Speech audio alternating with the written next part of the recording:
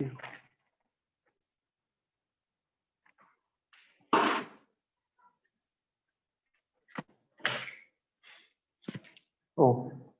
तो हम लोग क्लेश पढ़ रहे थे।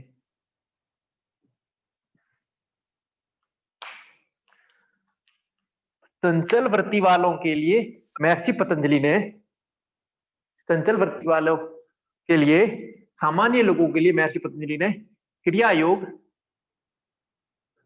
के साधन का उपदेश किया। तो वह क्रिया योग इन क्लेशों का तनुकरण करता है, क्लेशों का तनुकरण करता है। तो ये क्लेश 5 है, अविद्या आदि, ये क्या करते हैं, ये क्या करते हैं, इसके लिए महर्षि पतंजलि वर्णन करके कहते हैं कि क्लेश मूल कर्माशयो, ये क्लेश क्या करते हैं, कर्माशय उत्पन्न करते हैं, कर्माशय उत्पन्न करते हैं। क्लेश मूल कर्माशय, और वो कर्माशय दृष्ट अदृष्ट जन्म वेदन्य है। वह कर्माशय भोगना पड़ता है, कब, वर्तमान और भविष्य के जीवन में भोगना पड़ता है, कर्माशय उत्पन्न करता है। तो क्लेश मूल कर्माशय, क्लेश मूल कर्माशय, तो ये क्लेश क्या करते हैं, कर्माशय उत्पन्न करते हैं। क्या करते हैं, कर्माशय उत्पन्न करते हैं। और वृत्तियां चूंकि क्लिष्ट क्लेश कारक भी होती है, अक्लेश युक्त भी होती है, स्मरण रखना। तो वृत्तियां भी जो क्लेश युक्त वो भी क्या करती है, कर्माशय बनाती है, कर्माशय बनाती है। तो वर्तमान और भविष्य के जीवन में भोगना ही पड़ता है कर्माशय, कर्माशय। तो क्लेश मूल कर्माशय दृष्टा अदृश्य जन्म वेदन्य, ठीक है। कर्माशय latent impression of action based on application becomes active in this life or in a life to come। अब कब तक, सती मूले तद विपाको, जाति आयु और भोग, किस प्रकार भोगना पड़ेगा ये कर्मा से, जब तक क्लेश विद्यमान रहेंगे, जब तक क्लेश विद्यमान रहेंगे, क्लेश लाइफ में रहेंगे, भीतर क्लेश क्लेश युक्त वृत्तियां रहेगी, क्लिष्ट वृत्तियां या क्लेश रहेंगे अविद्या युक्त, तब तक भोगना पड़ेगा। सती मूले, अर्थात उस मूल के विद्यमान रहने तक, अर्थात क्लेश के विद्यमान रहने तक। क्लेश हैं तभी कर्माशय भोगना पड़ेगा, क्लेश नष्ट हुए कर्माशय नहीं भोगना पड़ेगा, कर्माशय नहीं भोगना पड़ेगा। तो जब तक क्लेश है तब तक कर्माशय भोगना ही पड़ेगा। और किस रूप में भोगना पड़ेगा, तो जाति, आयु और भोग के रूप में। तो दृष्ट और अदृष्ट दोनों ही इन 3 रूप में भोगने पड़ेंगे, 3 रूप में भोगने पड़ेंगे, ठीक है। इसको कहा त्रिविपाक, त्रिविपाक। जो दृष्ट है वह दृष्ट कभी कभी एक विपाक होता है, कभी द्विविपाक होता है, कभी त्रिविपाक होता है।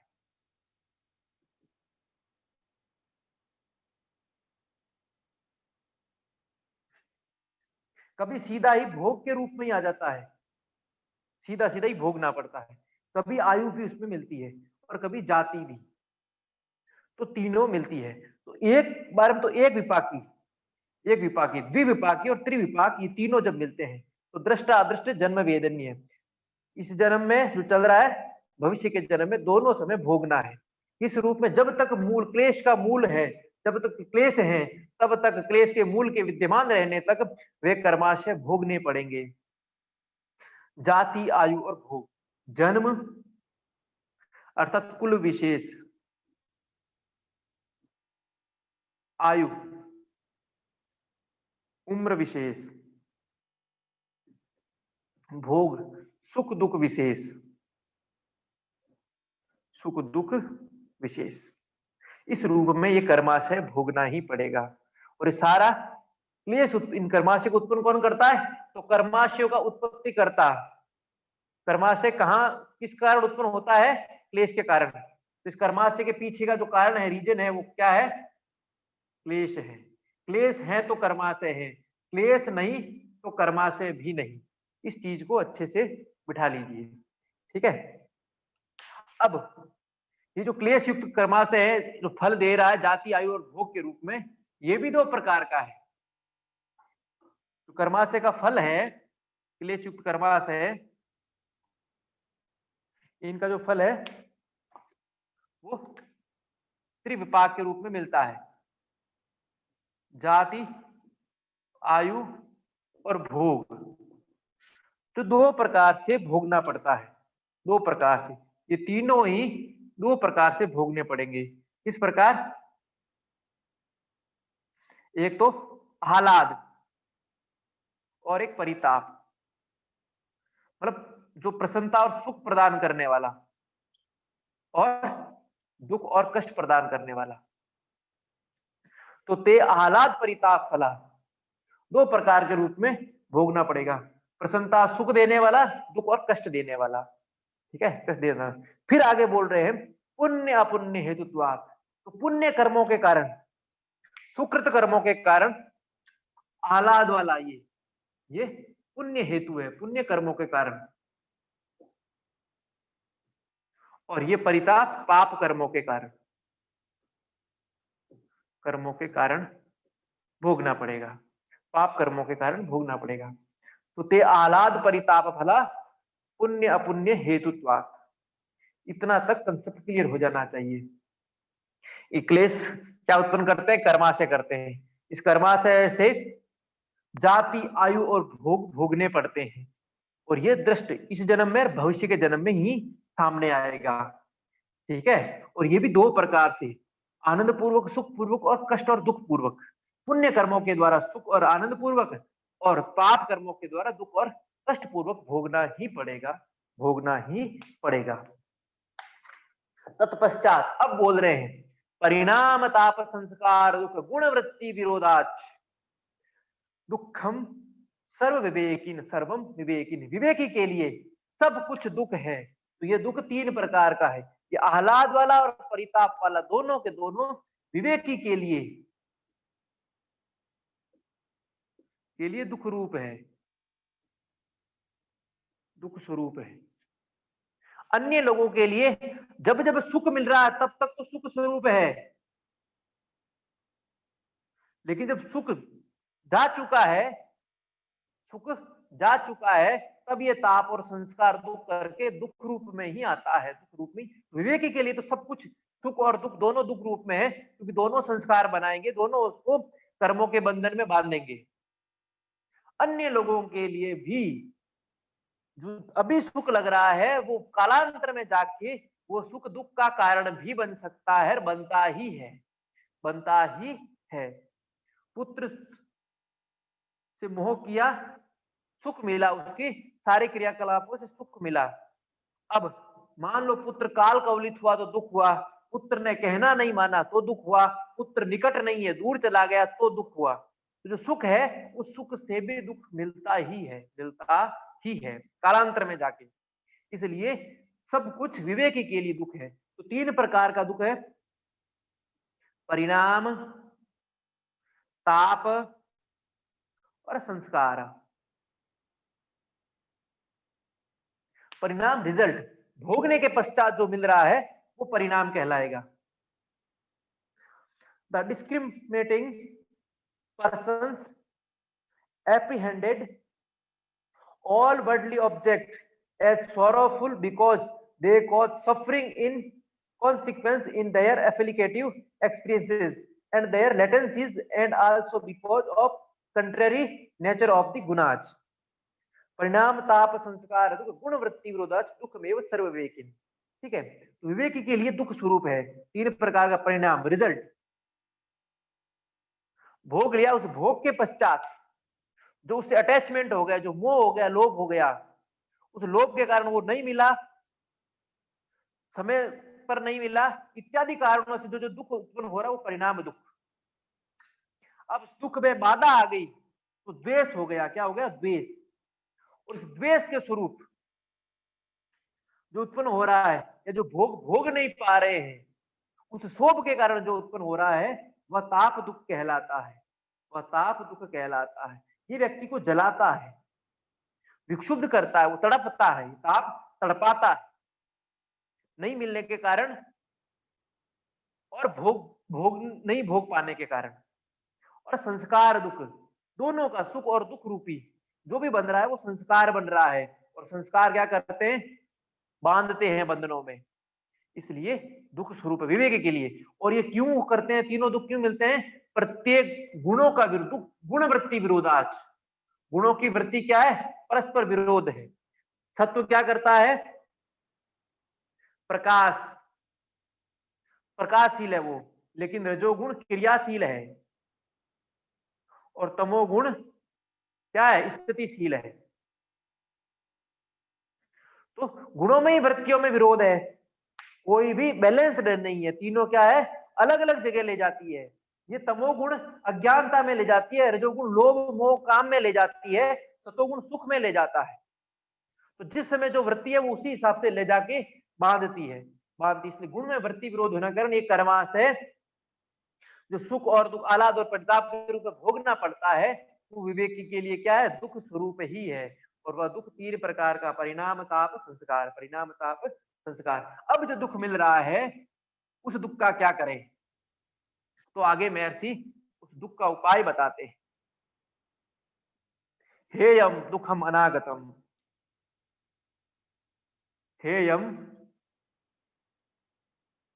दुखम अनागतम, अर्थात जो दुख था विवेकी के लिए, चाहे क्लेश मूलक कर्माशय को भोगने से, चाहे वो प्रसन्नता दे रहे थे या दुख दे रहे थे, तीनों के दुख है, परिणाम ताप संस्कार। अब वो जो दुख मिल रहा है क्या है, हेयम, नष्ट करने योग्य है, नष्ट करने योग्य है।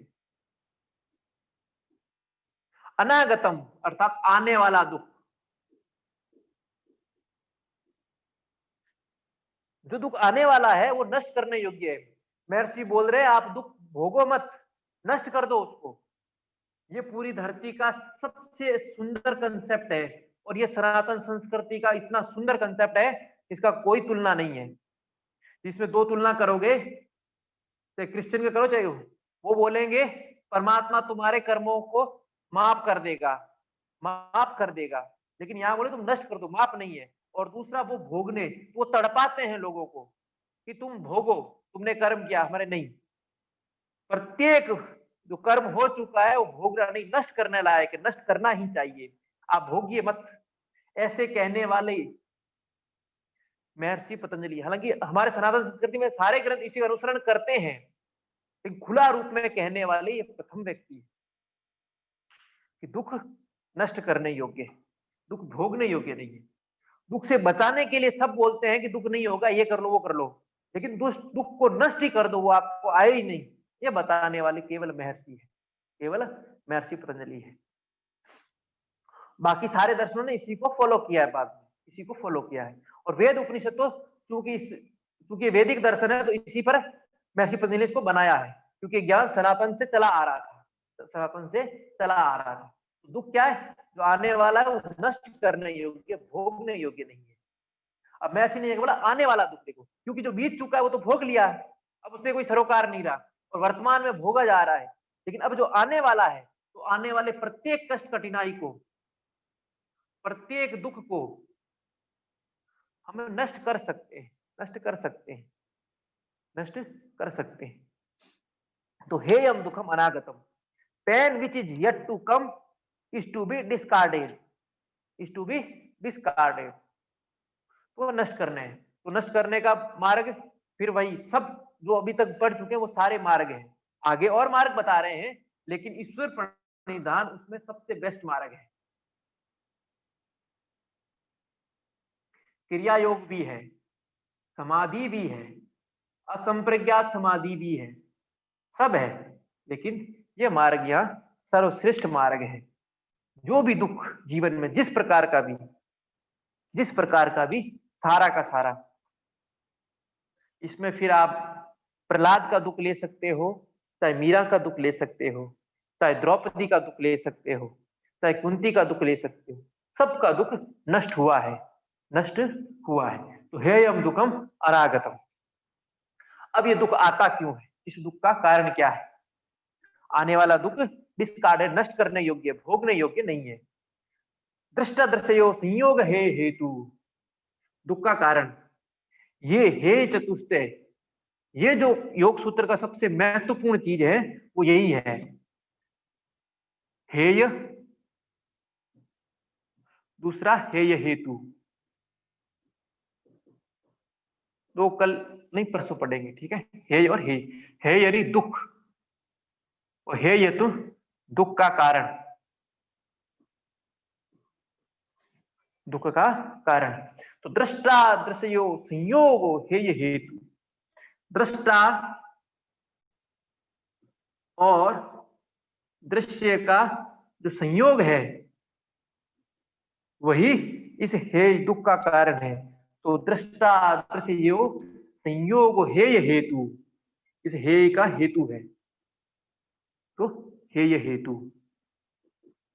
तो आने वाला दुख क्या है, नष्ट करने योग्य है, नष्ट करने वाला। अब इस दुख का कारण क्या है, दुख का कारण, तो दुख के कारण के लिए मैं ऐसी बोलते हैं दृष्टा और दृश्य का संयोग। दृष्टा अपने मूल स्वरूप में है, तो दृश्य का स्वरूप है ही नहीं, दृश्य है ही नहीं। लेकिन जो ही इनका संयोग हुआ, कनेक्शन हुआ, दृष्टा का प्रकाश दृश्य पर पड़ा और इनका संयोग हो गया, ये संयोग ही दुख का कारण है, तो ये संयोग ही दुख का कारण है। तो पुरुष का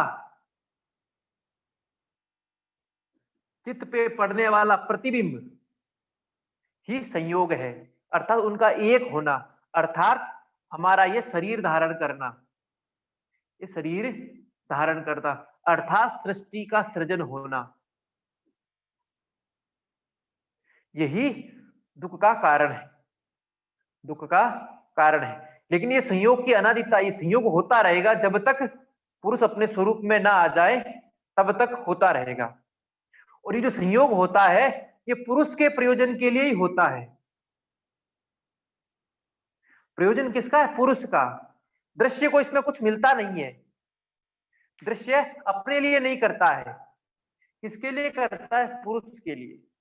हर परिस्थिति में पुरुष के लिए, तो उसका प्रयोजन पुरुष के लिए है, अपने लिए नहीं है। दृष्टा और दृश्य का संयोग ही दुख का कारण है। Uniting the seer with the scene, that which has to be avoided, जो नष्ट करने तू बताया। तो uniting the seer with this scene, that is the cause of किसका, दुख का, सौरव का, और जो क्या डिस्कार्डेड है, जो नष्ट करने योग्य है। तो दृष्टा और दृश्य यूनाइट, इन दोनों का यूनाइट होने के कारण, इनके मिलने के कारण, संयोग के कारण ही दुख उत्पन्न है, दुख उत्पन्न है। अर्थात स्वयं को बुद्धि चित्त शरीर समझना, शरीर मन इत्यादि समझना ही और उसी को जीना ही दुख का कारण है, दुख का कारण है। जब आत्मा में जीने लग जाएंगे तो फिर संबंध टूटो बनो रहो कुछ भी हो, दुख नहीं होना है, फिर दुख नहीं होना है। क्यों, शरीर से संबंध तो वैसे भी था ही नहीं, जिससे था वो सदा रहेगा, उससे टूट नहीं सकता, उससे टूट नहीं सकता, क्योंकि वह तो एक ही है, वह तो एक ही है। तो इस चीज को ध्यान रखने पर, तो दृष्टा और दृश्य का संयोग ही दुख का कारण, तो दुख का कारण बता दिया, तो दुख का कारण बता दिया क्या है, दृष्टा और दृश्य का संयोग, अर्थात अस्मिता युक्त होना ही क्या है, दुख का कारण है। अस्मिता युक्त है वहां क्या, दृक दृश्य शक्ति और एकात्मसिता, दृक शक्ति पुरुष और बुद्धि दर्शन शक्ति, दोनों का क्या, एक हो जाना, वो अस्मिता वाली अवस्था ही यहाँ पर दुख का कारण है, दुख का कारण है। उसको मैं ऐसे नहीं, दृष्टा दृश्य संयोग ही हेतु कहा है। अब ये दृश्य क्या है, इसके बारे में बता रहे हैं, इसके बारे में बता रहे हैं दृश्य क्या है। तो दृश्य के लिए कहते हैं प्रकाश क्रिया स्थितिशीलम प्रकाश क्रिया स्थिति शीलम भूतेन्द्रियात्मकम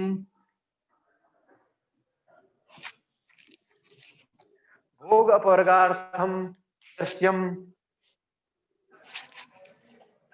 प्रकाश क्रिया स्थिति शीलम। ये प्रीतम अपना बंद कर दो माइक भाई। सर मेरा तो बंद ही है। प्रीतम का ही खुला दिख रहा था मुझे, अब बंद हुआ है। ठीक। प्रकाश क्रिया स्थिति शीलम भूतेन्द्रियात्मकम भोग अपवर्गार्थम दृश्यम भोग अपवर्गार्थम दृश्यम।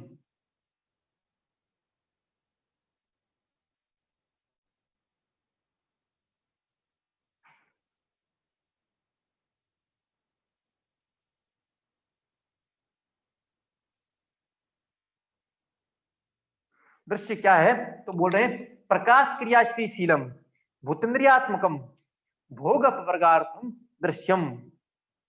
तो जो प्रकाश क्रिया और स्थितिशील है, अर्थात प्रकाश यानी सतोगुणी, क्रिया यानी रजोगुणी, स्थिति यानी तमोगुणी है। और स्वरूप क्या है? भूत और इंद्रिय उसका दृश्य दिखने में स्वरूप है, भूत और इंद्रियात्मक है। भूत पंच एलिमेंट, पंच महाभूत। इंद्रियां एकादश इंद्रियां, ज्ञानेन्द्रियां, कर्मेंद्रिया, मन, सेंसेस। ठीक है, ज्ञानेन्द्रियां, कर्मेंद्रिया इत्यादि। तो इस स्वरूप का है वह दृश्य का स्वरूप क्या है? भूत और इंद्रिय। और जो उसका मूल है, जो उसका मूल है वो प्रकाश क्रिया स्थितिशील के रूप में है, अर्थात सतरजो तमो गुणी है, इनसे युक्त है, इस स्वरूप में है। और उसका प्रयोजन भोग और अपवर्ग है, मात्र इसी के लिए वह है, भोग व अपवर्ग। तो दृश्य के लिए कह रहे हैं वह प्रकाश क्रिया स्थितिशील रूप का है और उसका जो स्वरूप है भूत और इंद्रियात्मक है। अर्थात जो दिखने लायक है कौन? भूत दिखते हैं या इंद्रिया दिखती है, उसके अलावा कुछ दिखता नहीं है। शरीर पंचभूतों से बना है और ये इंद्रियों के माध्यम से ज्ञान होता है, इंद्रियों के माध्यम से ज्ञान होता है, यही इसका स्वरूप है। और इसका प्रयोजन है भोग और अपवर्ग, भोग और अपवर्ग। तो जो बंधन है वह भोग है और जो मोक्ष है, जो कैवल्य है, वह क्या है? अपवर्ग है, वह अपवर्ग है। भोग यानी जो कुछ सुख दुख में, सुख दुख के रूप में अनुभव करता है वो भोग है। और जो कैवल्य की स्थिति है, मोक्ष की स्थिति है, वो अपवर्ग है। तो ये दृश्य क्या कर किस है? प्रकाश क्रिया स्थिति रूप का है, सत रज तमोगुणी है, भूत और इंद्रियों के स्वरूप सा है और भोग और अपवर्ग इसका प्रयोजन है। इस प्रकार इस दृश्य का वर्णन किया गया। दृश्य कैसा है? सतो रजो तमोगुणी है, सतरज तमोगुणी है, प्रकाश क्रिया स्थिति शीलम है, इन प्रकार का है। या तो प्रकाश क्रिया स्थिति मिक्स है तीनों, या अधिक प्रकाश कम क्रिया अधिक स्थिति, या कोई एक अधिक। तो जब ये दृश्य में बहुत बहुत बार बता भी चुका हूं, सत रज और तम साम्य अवस्था में है, तब ये दृश्य अव्यक्त है। क्या है? अव्यक्त है, बना इन तीनों से मिलकर ही है, त्रिगुणात्मक है। क्या है? त्रिगुणात्मक। जब ये साम्य अवस्था गड़बड़ा जाती है तब ये दृश्य स्वरूप में कहलाता है। क्या कहलाता है? दृश्य। नहीं तो किस स्वरूप में था? मूल प्रकृति स्वरूप में था, मूल प्रकृति। और ज्यों ये प्रकृति में विकृति आ जाती है, दृश्य बन जाता है। क्या बन जाता है? दृश्य बन जाता है।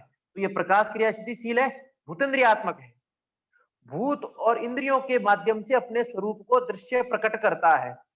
ये नहीं हो तो प्रकट कैसे करेगा? केवल सतरज तम रहे तो रहेंगे, कोई फर्क ही नहीं पड़ेगा। तो भूत पंचभूतों के माध्यम से नाना भूत जो सब कुछ पदार्थ बने, इन पंचभूतों से बने हैं।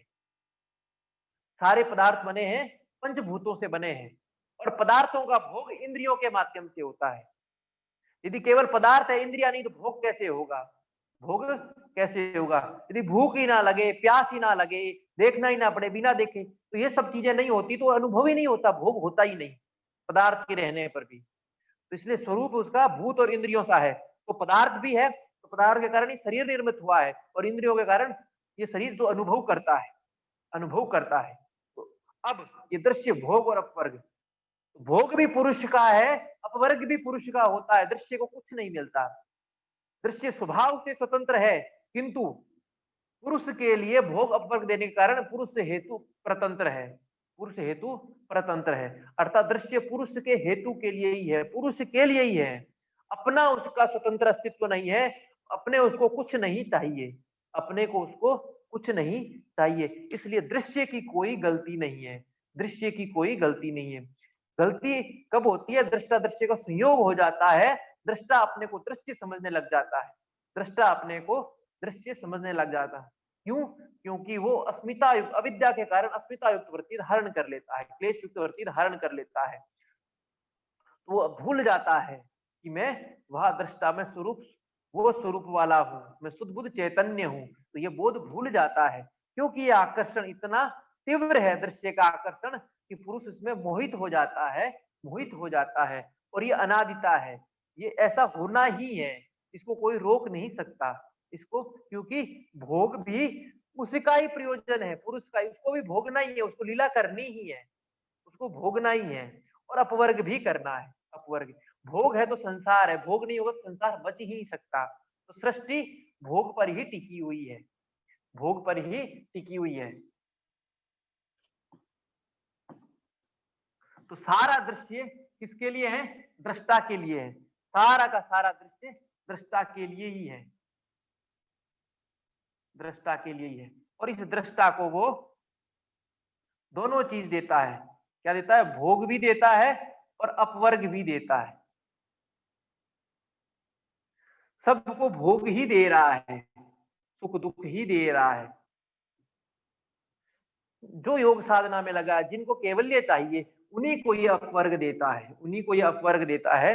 अन्यथा दृष्टादर्श से संयोग रहता है और ये सब चलता रहता है, सब कुछ चलता रहता है। तो कुछ विरले ही इस मार्ग पर आते हैं जो अपवर्ग के लिए करते हैं और अपवर्ग को प्राप्त करते हैं, अपवर्ग को प्राप्त करते हैं।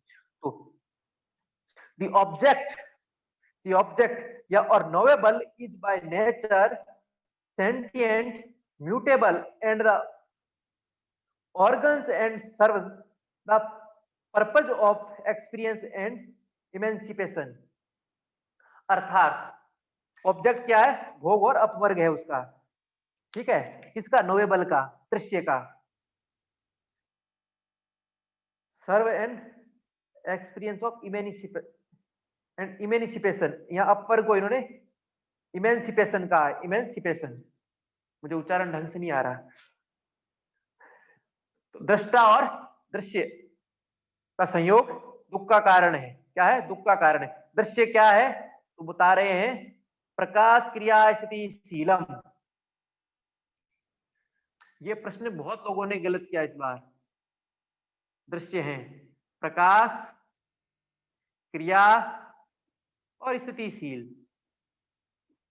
अर्थात सत्य रज तम युक्त, अर्थात त्रिगुण युक्त, त्रिगुण युक्त, बस ये दृश्य है। दृश्य अर्थात चित्त, दृश्य अर्थात चित्त, अर्थात बुद्धि, प्रकृति नहीं। क्योंकि प्रकृति अर्थात अव्यक्त, वो स्वतंत्र अवस्था में रहती है, तो वो अलिंग कहलाती है। क्या कहलाती है? अलिंग, प्रधान। प्रकृति में विकृति ही, तो दृश्य का स्वरूप अलग है, प्रकृति का स्वरूप भिन्न है, ध्यान रखना।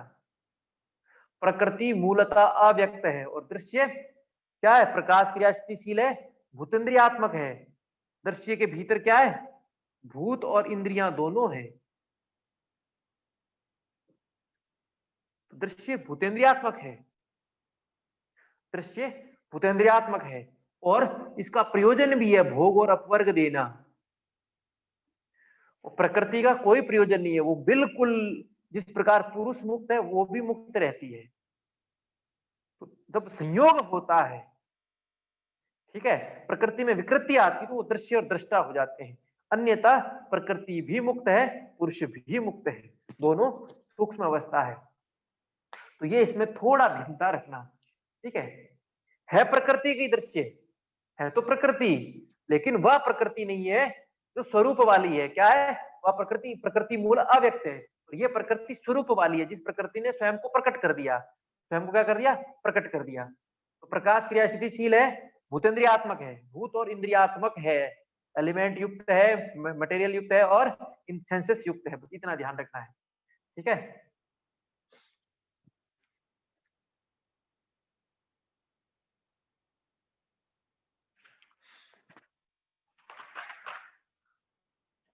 अब इस दृश्य का और आगे वर्णन कर रहे हैं। क्या कर रहे हैं? विशेष अविशेष लिंग अलिंग गुण परवाणी। ये जो प्रकाश क्रिया स्थिति थी, गुण पर्व थे, गुण पर्व, ये जो प्रकृति थी, ये 4 प्रकार की है। क्या? विशेषाविशेष, विशेषाविशेष, लिंगालिंग, लिंगालिंग, लिंगानी, विशेष मात्रा लिंगानी, विशेष अविशेष,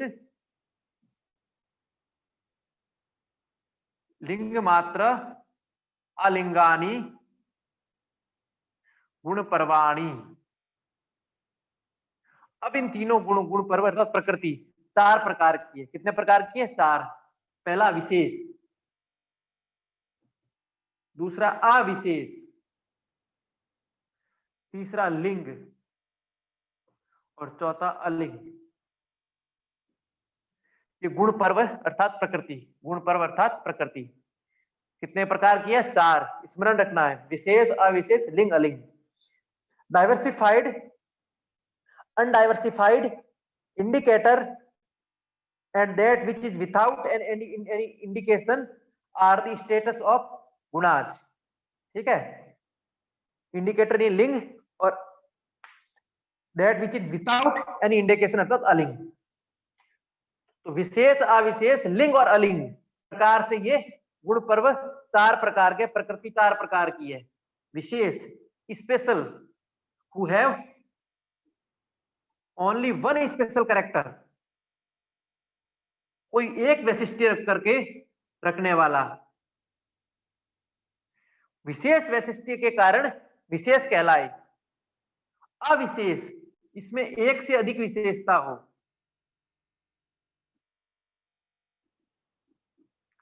और जो व्यक्त मात्र हो, जो फॉर्म के स्वरूप में हो, ठीक है, और जो अव्यक्त मात्र है। तो सर्वप्रथम क्या था? यही जो 25 तत्व थे उन्हीं का वर्णन है। तो 25 तत्व थे उन्हीं का वर्णन है और कुछ नहीं है। अलिंग, गुण पर्वाणी, ठीक है, तीनों गुण थे क्या? साम्यावस्था में, सत, रज और तम, क्या है? साम्यावस्था में है, इक्विलिब्रियम स्टेट में है, अलिंग है। जो ही साम्यावस्था टूटी, इसमें विकृति आई, साम्यावस्था टूटी, क्या बना? लिंग, जिसको महत तत्व कहते हैं, जिसको महत तत्व कहते हैं। तो ये तो परासूक्ष्म, मतलब सूक्ष्म से सूक्ष्म है, सटल फॉर्म, जिसको देख नहीं सकते। ये भी सटल है, सूक्ष्म है, ये भी सटल है। संपूर्ण जगत में जो कुछ दिख रहा है, वो सब जो हमें दिख रहा है दृश्य जगत में, वो सारा का सारा इस महत तत्व की रचना, इस लिंग की रचना है, इसकी रचना है। इस लिंग से, इस महत तत्व से अहंकार उत्पन्न होता है, जिसको अस्मिता मात्र कहते हैं। ये ईगो में जो दृष्टा और दृश्य युक्त मैं है, वह है। तो ये जीवन का अस्तित्व का बोध भी है, जीवन के अस्तित्व का बोध भी है। अब इसके साथ साथ लिंग के, अहंकार के साथ साथ तन्मात्राएं भी अविशेष है, भी अविशेष है। सांख्य के अनुसार तो इस अहंकार को भी दो भागों में बांटा गया, सात्विक और रासिक तामसिक। राशि का कोई भेद नहीं है, सात्विक और तामसिक, उससे तन्मात्राएं, उससे पंच महाभूत और एकादश इंद्रियां। लेकिन यहां महर्षि ने इसको लिंग कहा, किसको, महत तत्व को, अलिंग प्रकृति मूल है।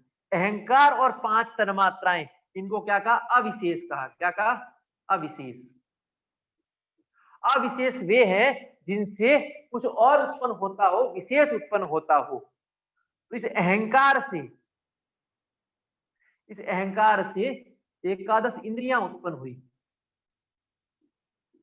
और इन तन्मात्राओं से पंच महाभूत उत्पन्न हुए।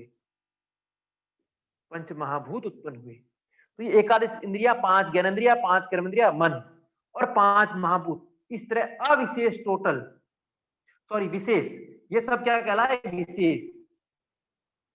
तो ये विशेष जो है ये कुल संख्या में 16 हुए। क्या, 11 इंद्रियां और 5 महाभूत यानी एलिमेंट्स।